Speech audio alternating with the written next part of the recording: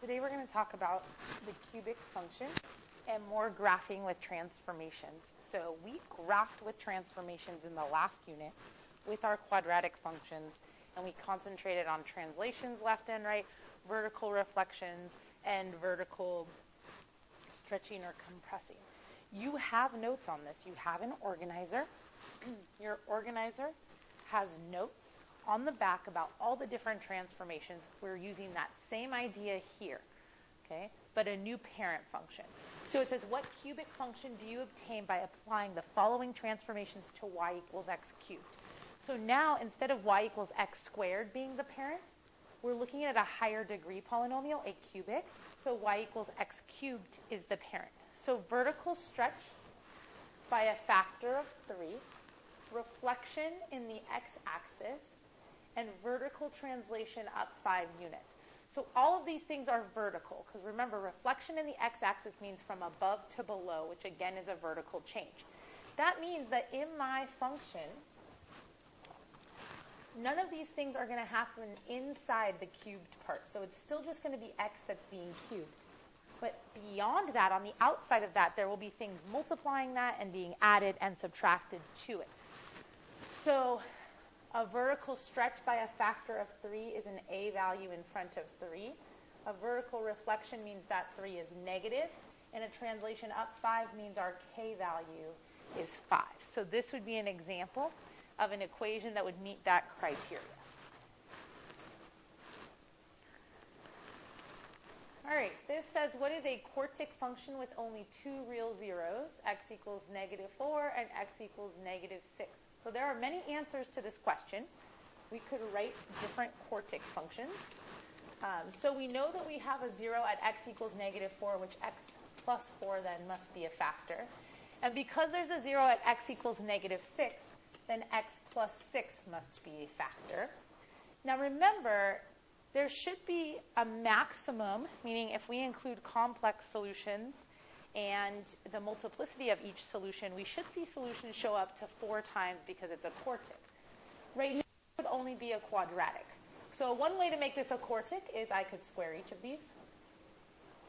Okay? There's other options. I could cube one of them if I wanted. That would be a quartic with those 2 zeros. You could cube the other one if you wanted. I could also put in some zeros that aren't real.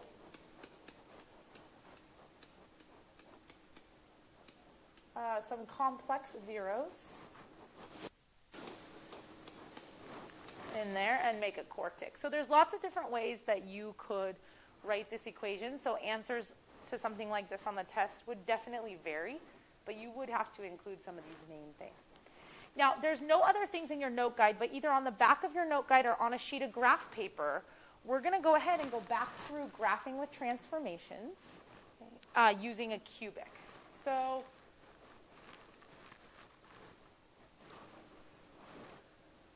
the first thing we want to do is put the parent function. So actually on your organizer, remember the little thing you have with the 8 little doors?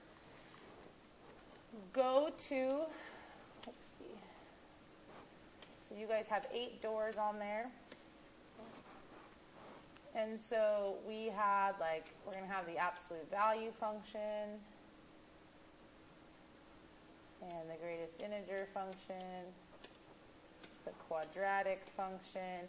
Right below the quadratic function, we're going to go ahead and put the cubic function. So this is the place we're working right now. So on the very front of that door, we want to write the parent equation along with its graph. So first you want to label it that this is a cubic. Okay. It's a cubic function. The parent equation for this would be y equals x cubed. And then we're going to graph what that looks like. So we're going to think about plugging in points. When I plug in 0, I get 0. So just like with a quadratic, we're going to kind of refer to that as our vertex point. It's not going to look like a vertex because a cubic doesn't actually turn around completely. But that is going to be that same point of reference that gets shifted by your h and k values. When I plug in 1 as x, 1 to the 3rd power would be 1 as y. When I plug in 2, I get 8. and then I would get higher values when I went further. When I plug in -1, I get -1 when I cube it, and when I plug in -2, I get -8.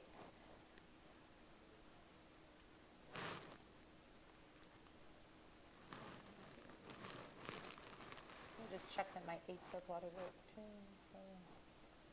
Okay. So then my cubic looks something like this.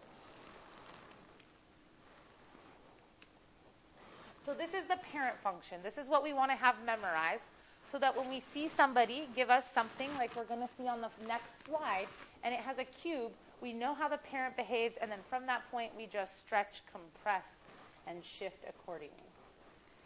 All right, so here is a graph, and we're going to pay attention to what we're going to do. So the first thing we're going to do is we're going to start with the parent.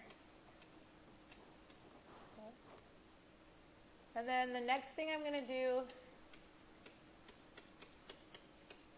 is a vertical reflection. That's because of the negative that's out in front. Then I'm going to do my translations. And so because of the +1 that's inside of the cube with x, that's going to end up going left 1. And then the -2 outside of the function is going to take it down 2. And then finally, because of that 1/3, I'm going to have a vertical compression where all those distances are going to get multiplied by 1/3. All right, so let's remember what this looks like. My parent function, I need to know off the top of my head. Okay, so 0, 0, 1, 1, and then if you have space to do 2, 8.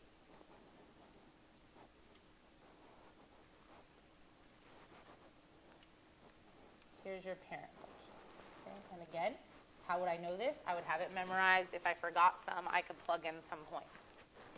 Now, the first thing we're going to do to that is we're going to vertically reflect it. Now, remember, our vertex point only gets moved by our translations that shift it to the new spot. So a vertical reflection means go over the x-axis. Since the vertex is on the x-axis, it stays. But things that are above the vertex go below, and things that are below go above. So this point right here is going to get replotted here. This point right here will get replotted here. And then you would continue that idea. So your new function will look like this after the vertical reflection. Notice that it's changed directions, like we expect a cubic with a negative lead coefficient to face a different direction. Now what I'm going to do is take that graph and move it left 1 and down 2. So take your vertex and move it left 1 and down 2, so it will now be plotted here. All the points around the vertex should now stay the same distances away from them. So 1 to the right of the vertex was 1 down. 1 to the left of the vertex was 1 above. I'm going to plot those same points in their same positions around the vertex.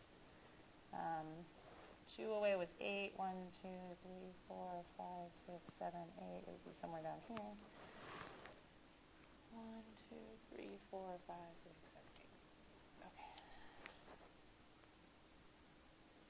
So there's my function has been translated. And then the last thing I'm going to do is I'm going to perform a vertical compression. Now, the vertical compression, our vertex, since we've already translated, has been translated into the right position. It is not moving. It's the vertical distances of the point around it that are moving. So like when I look at this point right here, it used to be a vertical distance of 1 from the vertex. I am going to times that by my vertical stretch or compression number. It's going to give me a new value. That new value is where I want to plot the point. So now when I go 1 to the right of the vertex, I'm not going to go 1 down. I'm only going to go 1/3 of a unit down. So 1 to the right and then 1/3 of the unit down. And 1 to the left will only be 1/3 of a unit up. Okay, so notice those points are getting compressed back towards the vertex vertically. Now, these other points, like the point here, that point was 2 away. The horizontal is not changing. And then it was 8 above. But I'm going to multiply 8 times 1/3. And I'm going to get 8/3, which is almost 3. It's 2 and 2/3. Okay? So that means now when I go 2 to the left of the vertex, I'm only going to go 2 2/3 units above. And when I go 2 to the right of the vertex, I'm only going to go 2 2/3 unit below. This is now my cubic. So notice how the points were compressed vertically towards the vertex. That is my final answer. The transformations listed would have to be the 3 that you see here: vertical reflection, translations left 1 and down 2, and a vertical compression by a factor of 1/3. All right. Our next example has something that we haven't really emphasized before. Notice where the 1/2 is. If you look on the back of your organizer, you'll see that that 1/2 is a horizontal stretch or compression, but we have to pay attention to what we said about the notes. So first of all, in our notes, that 1/2 was not distributed through everything that was inside the function. It was kind of separated. So we have to factor the 1/2 out of the items that are in there. So this will be x minus 2. 2 because 1/2 times 2 would make 1 like we have in the original equation. Okay? So this means what I'm going to do is I'm going to start with the parent. Okay? And then, again, you can kind of do these in any order if you use the vertex as your reference point. So let's go ahead and do our translations to get our graph in the right spot. So we're going to translate 2 to the right and 1 up because of our h and k values. Then we're going to do, this is new, a horizontal. Now before I write down the word stretch or compression, I'm going to think about what I'm going to multiply by. I see the number 1/2, but remember with the horizontal stuff, this really means we're multiplying by 2. Multiplying stuff by 2 makes it bigger. This is going to be a horizontal stretch. For number 4, the last change, that 3 on the outside, because it's on the outside, it's vertical. And the outside stuff, you multiply by exactly the number that's there. So I'm going to multiply stuff by 3, which makes it bigger, so this will be a vertical stretch. So I have to do both a horizontal stretch and a vertical stretch. So I'm going to start with our parent function. Again, I have this memorized. 8.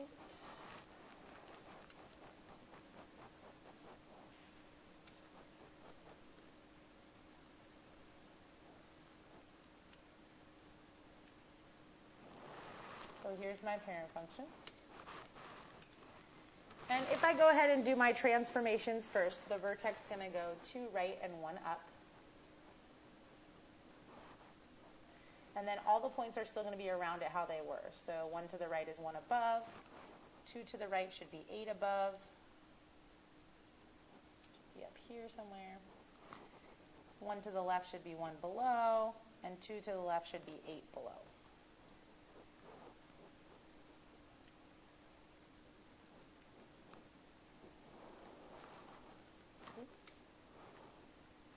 All right, so there are my translations. The whole graph has been shifted, 2 to the right and 1 up. Now, since I've done my translations, my graph is now in the right place. I am not going to change that vertex. So 2 to the right and 1 up, that vertex is done. Now I'm doing a horizontal stretch. So I'm only going to look at the horizontal distance of the point. So this point right here, okay, compared to the vertex. Horizontally, it's 1 unit away. But I'm going to go ahead and multiply that by 2, and I'm going to get 2. I want to plot that point 2 units away horizontally. So rather than going 1 unit away horizontally to plot the point that's 1 above, I'm going to go 2 units away horizontally to plot the point that's 1 above. Okay? And the same thing with the point that's 1 below. Now, this next point, the point that was graphed up here, horizontally, it was 2 units away from the vertex. Again, I'm going to times that by 2. That's going to give me 4. I am going to now plot that point 4 units away from the vertex. So, before I go 8 above, so before it was to plot the point that's 8. But now I'm going to go 4 to the right of the vertex to plot the point that's 8 above. And 4 to the left of the vertex to plot the point that's 8 below.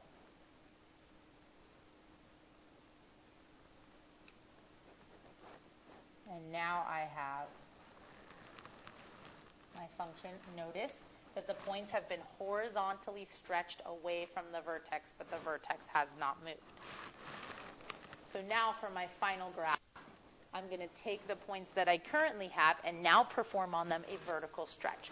So again, the vertex is already in the right position because I translated already. So it's here. Now I'm going to adjust the vertical distance of these points. So not the horizontal, they've already been moved. So this is going to stay 2 units away from the vertex horizontally. What I'm now focusing on is this vertical distance. So this point used to be 1 unit vertically above the vertex, but I'm timesing that by 3, which gives me 3. Okay. So I'm going to plot that point 3 units above the vertex. So I'm going to go 2 away horizontally, but rather than go 1 above, I'm going to go 3 above the vertex point. So it's going to get shifted there. And then the same thing with the point that was to the left and below.